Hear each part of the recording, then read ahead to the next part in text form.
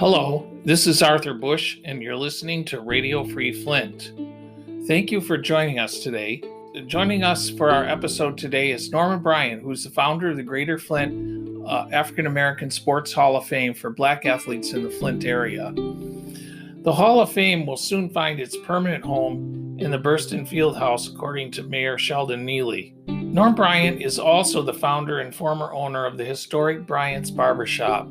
As a founder, Norm was the first president of the Greater Flint African Sports Hall of Fame, where he served a 10-year term from 1983 to 1993. He was a two-sport star at Northern High School in Flint, played both football and track. In 1953, Norman ran on the state record medley relay team in track. In 1953, Norm also played Saginaw Valley football championship team. He was the captain of the 1954 Northern High School track team. Norm also has been a barber as well after his career with General Motors, where he was a supervisor. His barbershop has been in existence over 3 decades. Bryant's Barbershop has not been just a place to get your hair cut. It's been a destination for great debates and conversation. Actors, athletes, and U.S. senators have dropped by, all documented in the dozens of pictures on display in his barbershop today. Norm Bryant is a respected community leader. Norm Bryant's life and his contributions to the Flint community have been enormous. He's been a community builder, someone who seeks to try to bring everybody together for the good of our community. Without any further ado, I'd like to introduce you to Norman Bryant.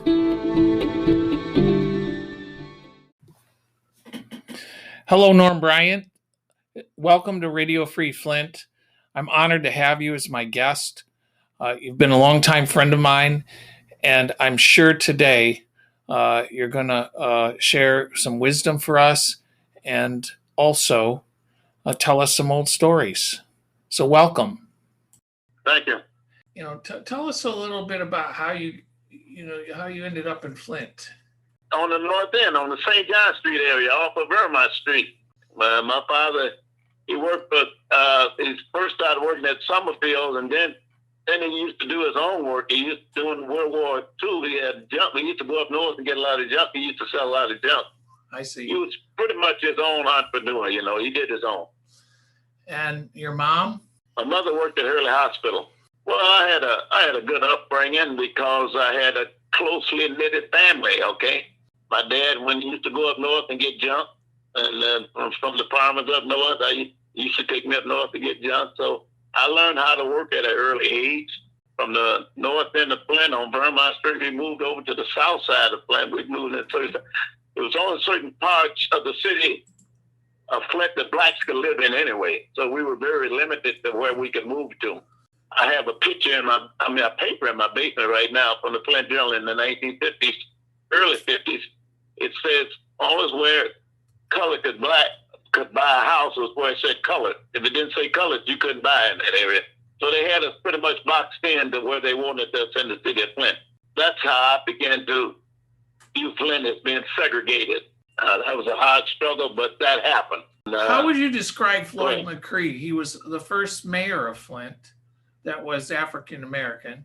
Well, Floyd was I looked up to Floyd. Matter of fact, I had worked on his campaign when he became the first black councilman. We had all white councilmen, and then we'll forget in the 3rd Ward, we had a guy by the name of Cardelling. He was a white guy. All the councilmen, 9 councilmen, all 9 white councilmen, they were all white. What made Floyd so good, and just like I tell people all the time, we have good people in office right now. I have nothing against them, probably real good. But what made him so exceptional is he came out of the UAW. Floyd was a shop committeeman. He knew how to bargain. He knew how to negotiate. Very articulate and could call a meeting. Very good. He brought all of those talents downtown to City Hall with him. And that's how he was.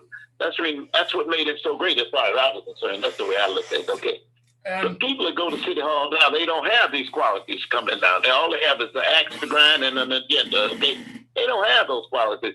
But back then, we had to have those qualities because that's what made Floyd so great when he worked at the beer factory. They put all the blacks in the foundry.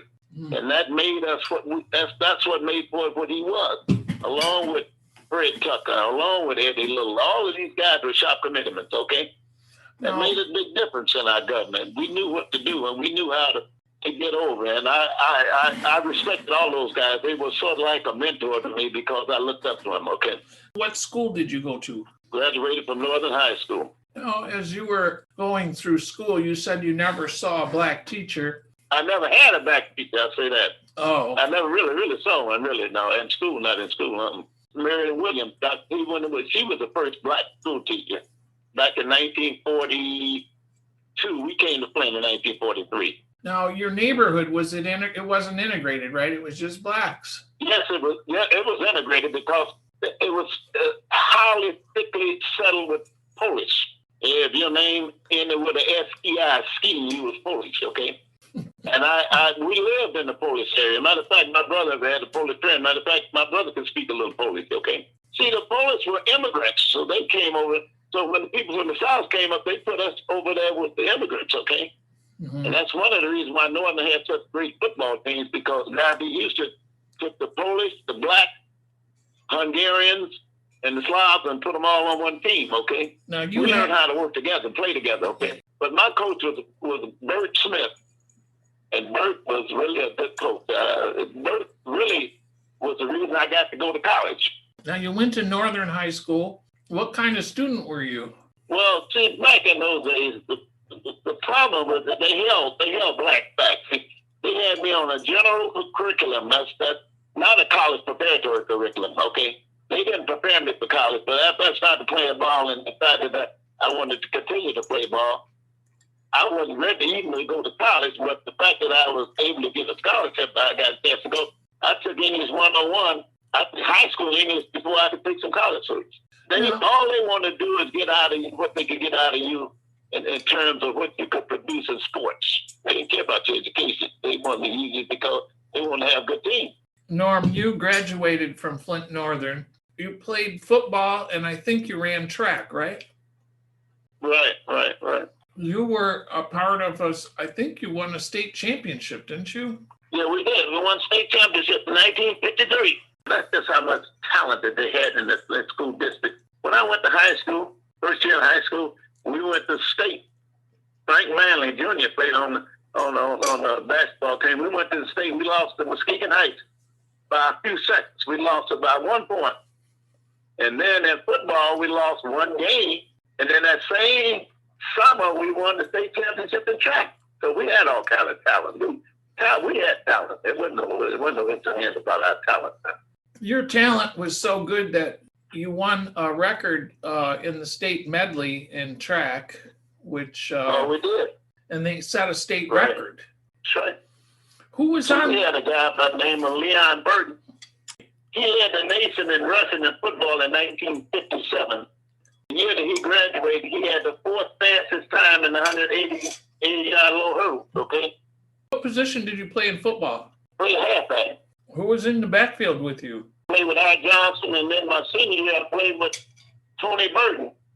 He was in that movie, Rocky. Yeah, he starred in that movie as Rocky, as his trainer. So, yeah, he's an actor, yeah, right. You were always a leader. You were the captain of that track team in 1954.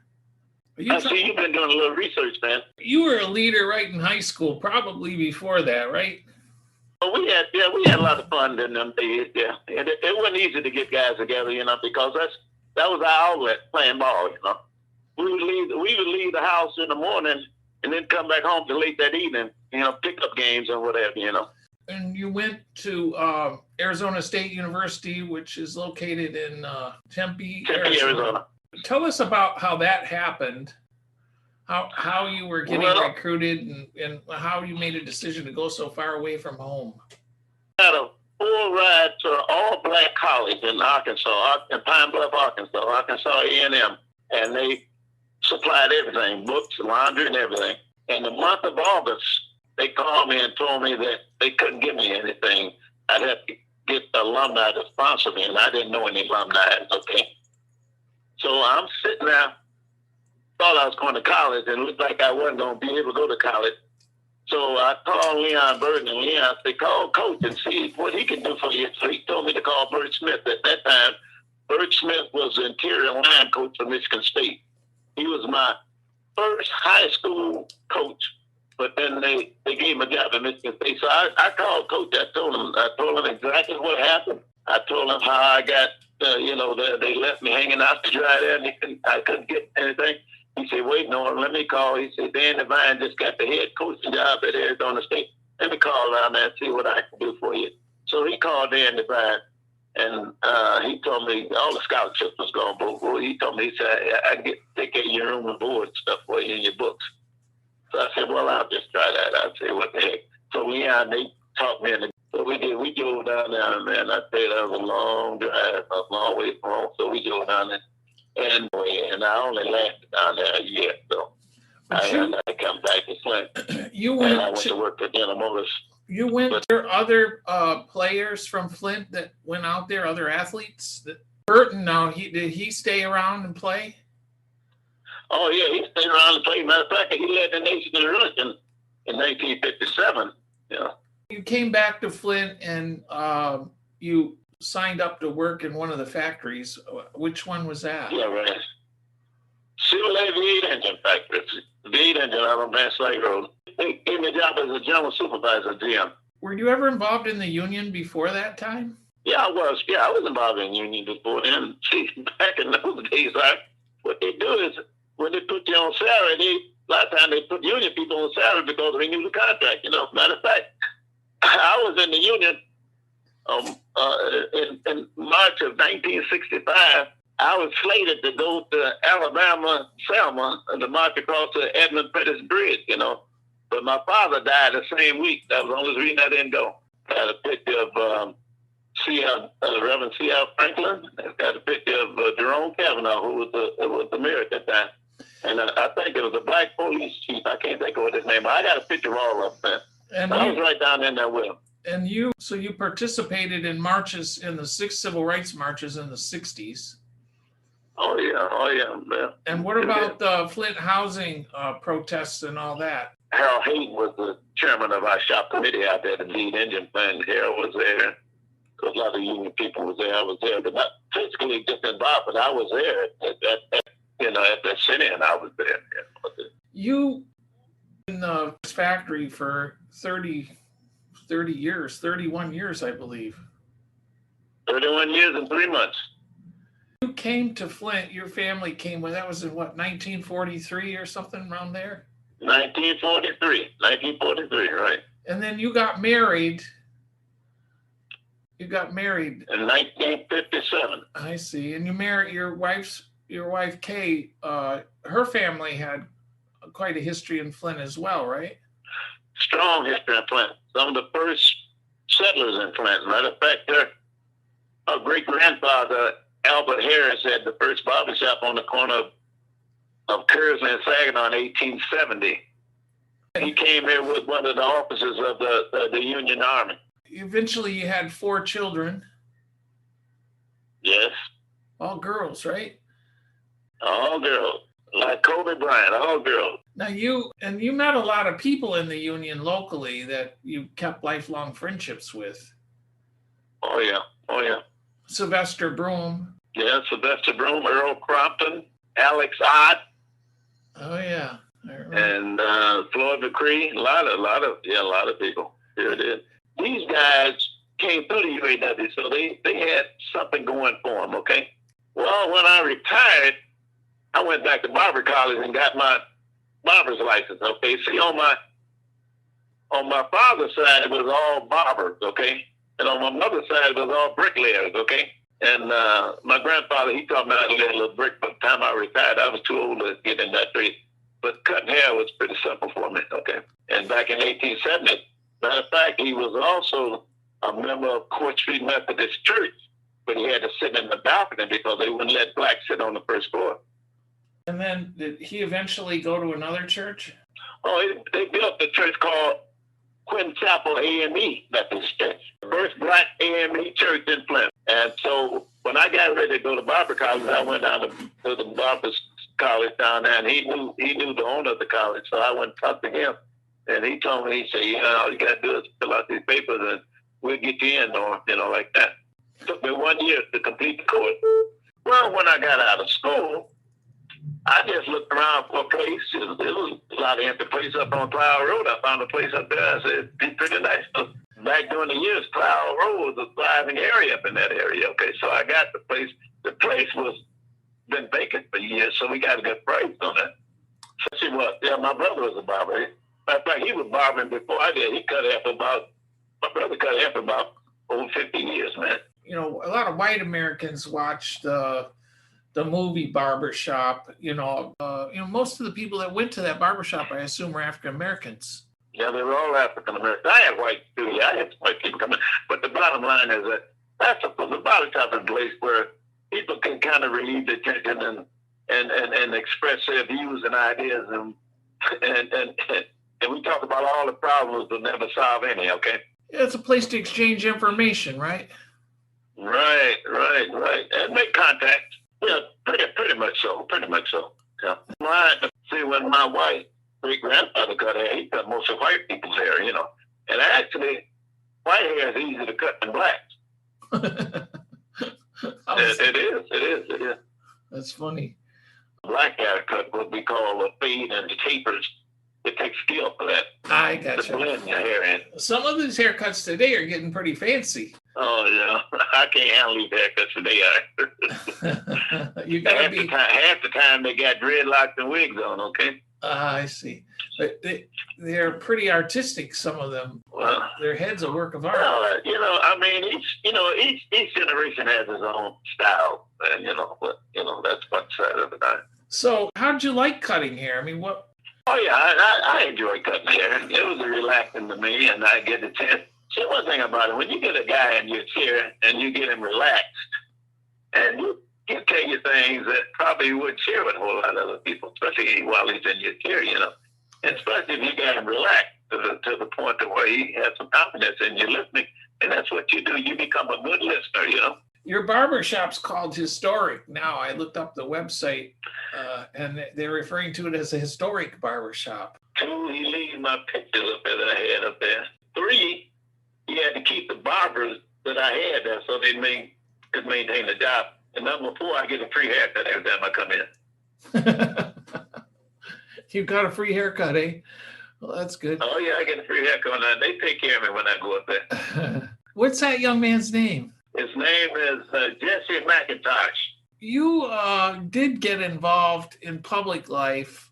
I ran for the school board to become a member of the school board because the school system financially was having problems. So they cut out what you call middle school sports, okay? And Flint sports was just going down the hill. And matter of fact, I was president of the board for 2 years. When I became a member of that school board, for each meeting you get paid each meeting, So what I did is I challenged my school board members rather than take a salary. I didn't take a salary for 6 years. I didn't take a salary, okay, and I gave it all to middle school sports, okay. And that was in 1991 when I went on, see, and I gave the middle school sports. It takes 3 to 5 years in order to see the results of this stuff. So 91 I went on. In 1995. Flint Northern won the state champion in wrestling, and they won the state championship in girls basketball and boys basketball. So, I felt good about that, because I made a contribution. I never made a penny on that school board, not one penny. Your work with the school board involved building coalitions and working well with others. Right, and we made some changes, we won't know that board. During that experience, Flint began to lose tax base because the city's tax base began to shrink with General Motors leaving. Yeah, see, that was the key. A lot of people don't understand that. They keep hollering about the lottery. The schools have a lot of money because of the lottery, but that's not the case. See, what happened was when they brought that lottery in, that money had put in the general fund to help make up the difference of what they lost. Okay, now if they had it. Maintain the money that they would give the school on top of the lottery, we've been in good shape, okay? We've been in good shape. But that wasn't the case. When General Motors left Flint, property value went down, so they dropped the value of the properties. Okay, what happened? General Motors sued the city and the school district had to give up money too because they overcharged them taxes. See, we lost a lot of money in that deal. Right. Yeah, I was there when Nat Burley was the first black superintendent to come to Flint. I worked under Nat Burley, and I also worked after James Ray. He was the second black superintendent in James Ray. Right. We had some good people. We had some good people. We had some good people. Now, you were also involved in county government. Oh, yeah. I was on the Genesee County Building Authority when we built that county jail down there. See, the old jail had rats and roaches and everything else. And so the jail itself really not large enough.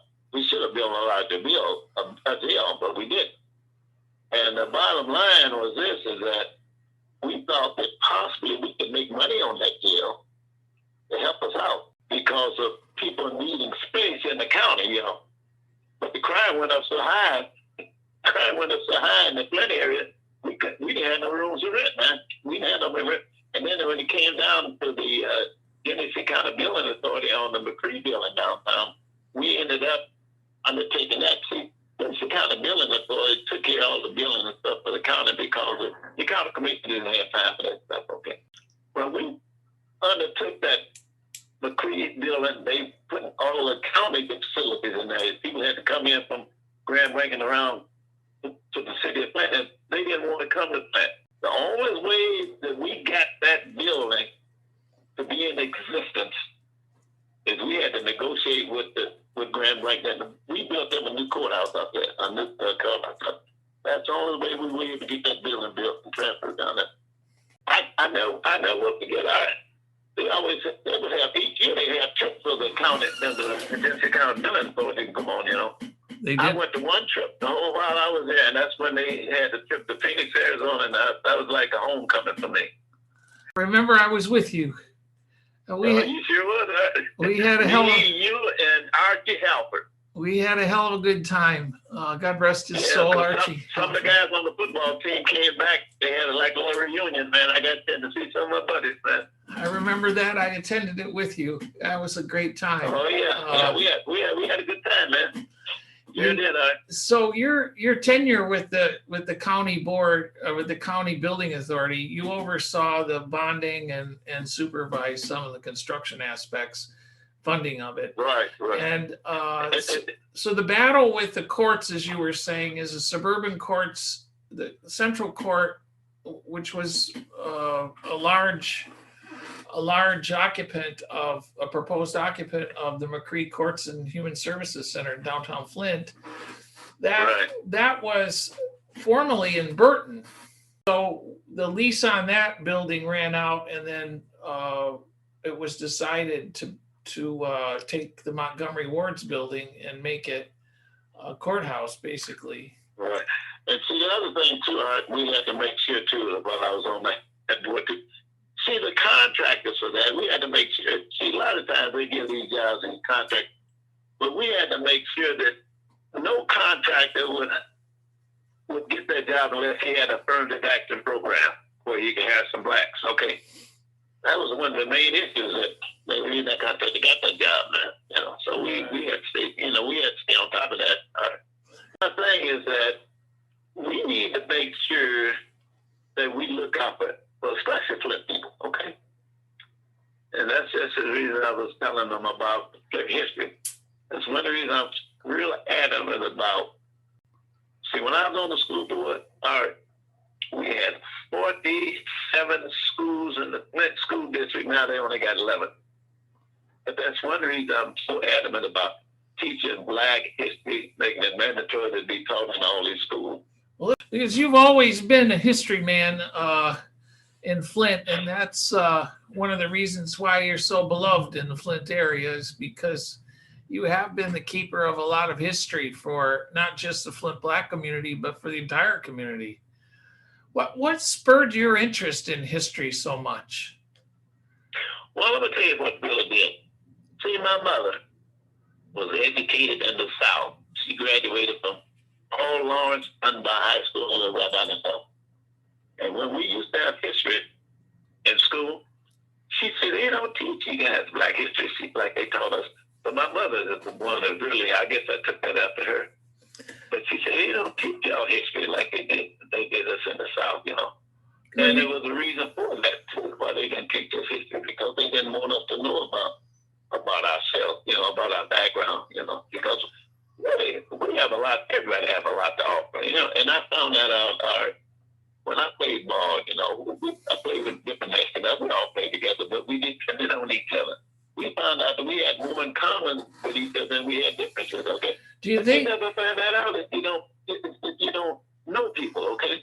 Do you think that was the reason why you later became such a good board member? And you know, you were a leader on these boards. I mean, these are citywide and countywide. I mean, they involve all the public. I think probably it was because I had a person that came up to me. The person was an attorney on the board, and when they elected me as president, she came up to me. She said, "You can't handle this group," you know, like because she was an attorney, you know, she had the degree and everything. And so after that, the same person came back to me. She said, "No, I think you better be president again because you don't want to keep us together." You know, I mean, but she came to me and told me that, you know. But the bottom line is that I don't care how much education you have. That little plaque is nothing what you hang on the wall. It's what you do that makes a difference on it. Well, you certainly have proven over a long period of time your ability to work with all races and for the better of the community. We can all work together. It's all about knowledge. And I remember when I was in the fourth grade at Dewey School, and I tell it to people all the time. I learned that Jacob Smith was the first white settler in the Flint in the Flint area. He had a trading post down on Grand Traverse and the Flint River down there, okay?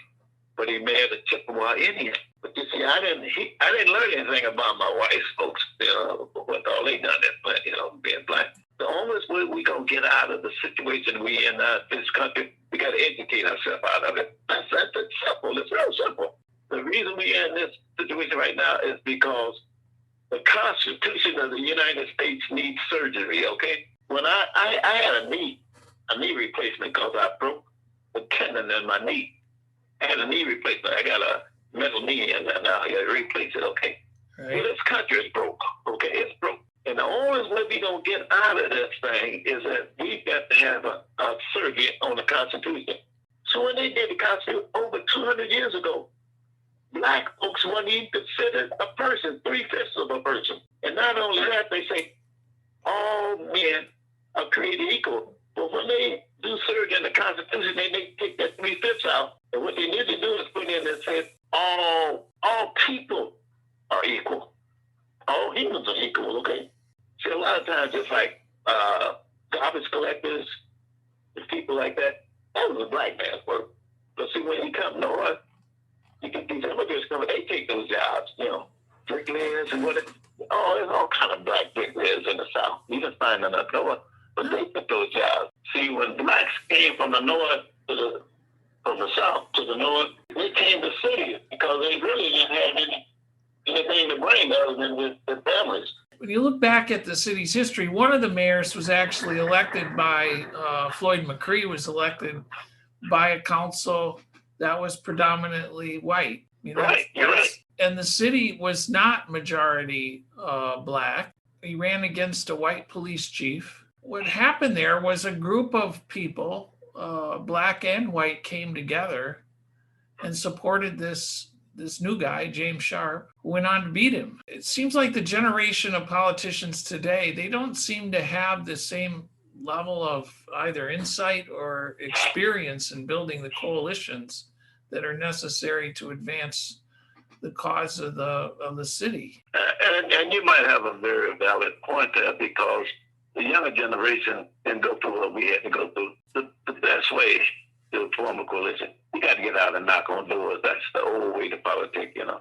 You can't bring people in from outside to try to generate, to try to get votes to generate. And I think what happened is that this is what we do. And we'll go out and get somebody I know when they had Jesse Jackson coming down, Jesse Jackson he's probably out of the loop right now. But I know you had to pay them to come in there. To me, personally, I just took that money. I knocked on some doors, man. You know what I'm saying?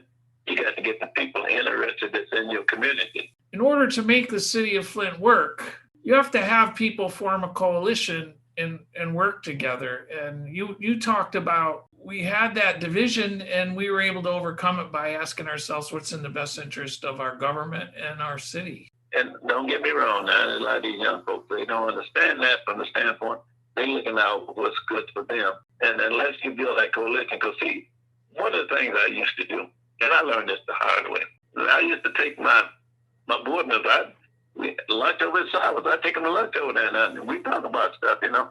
But when I went in that meeting, I know pretty much which way my vote was going to fall, you know. Flint is 166 years old city, okay? And out of that 166 years, we've only had 4 black mayors, okay? And I look at it like this. When James Sharp became the first elected mayor, had animals up there, the city took care. He renamed Forest Clark Max Brannon Park, and Max Brannon was the first charter vice president of the African American Sports Hall of Fame, okay? If you were a black mayor in the city of Flint, you need to do something for your legacy. Now, to me, that's a legacy.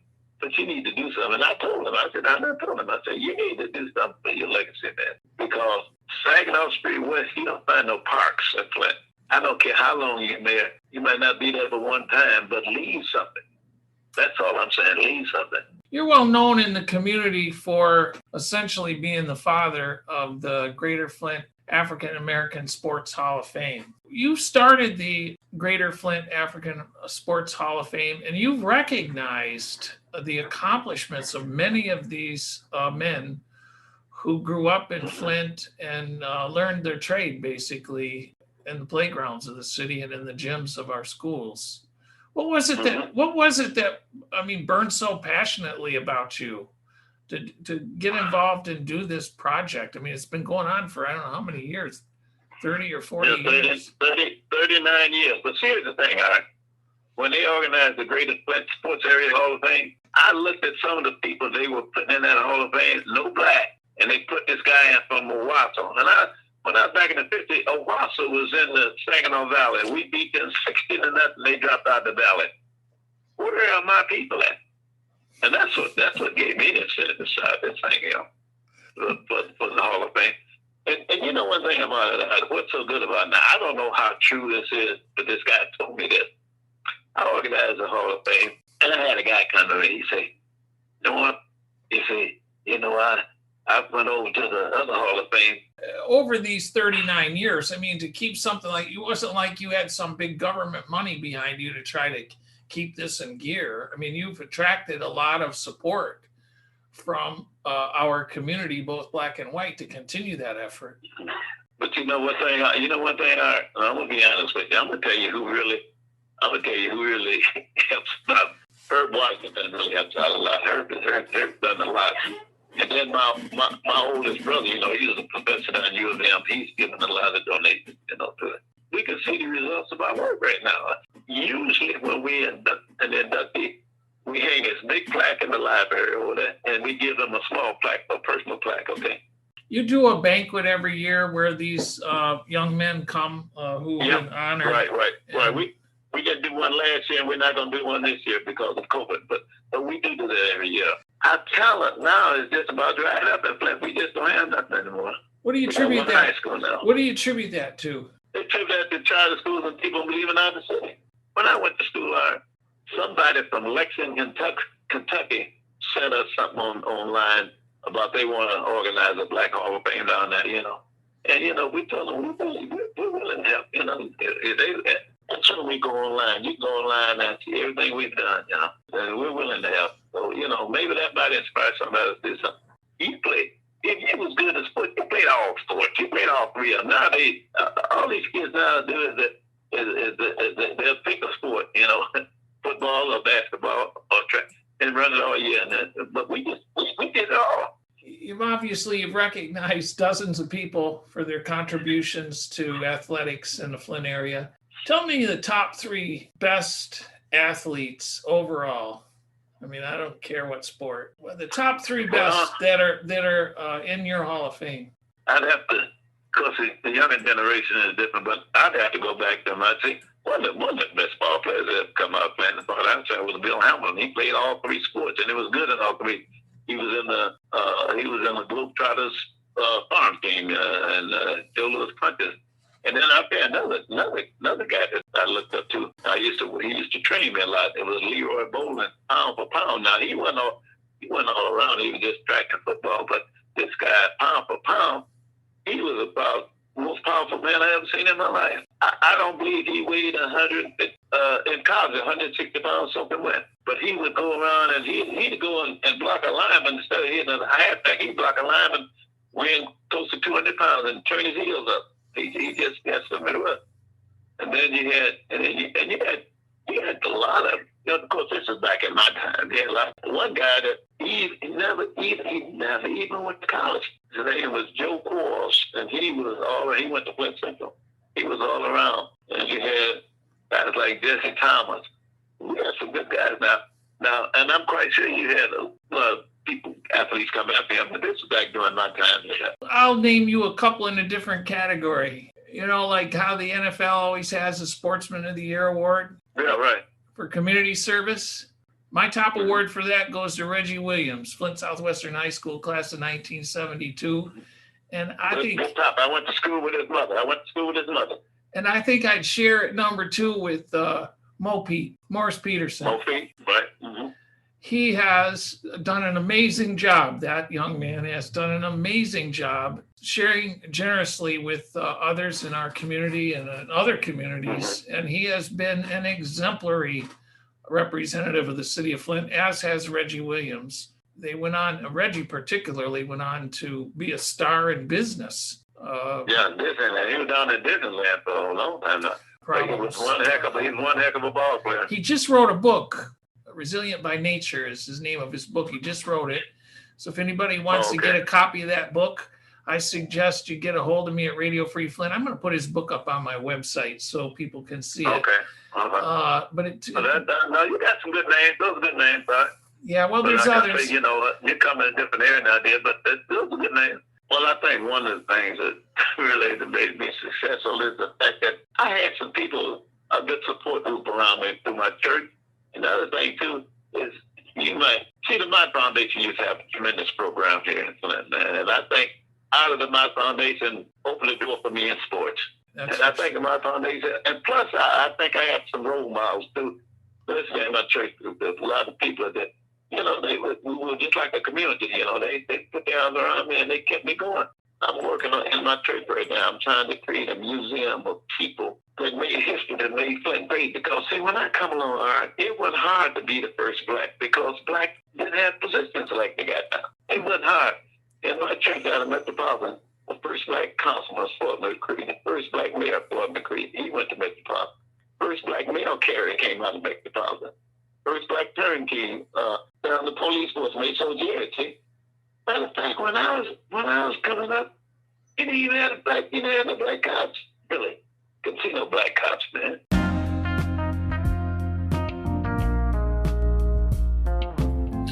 That concludes our show for today.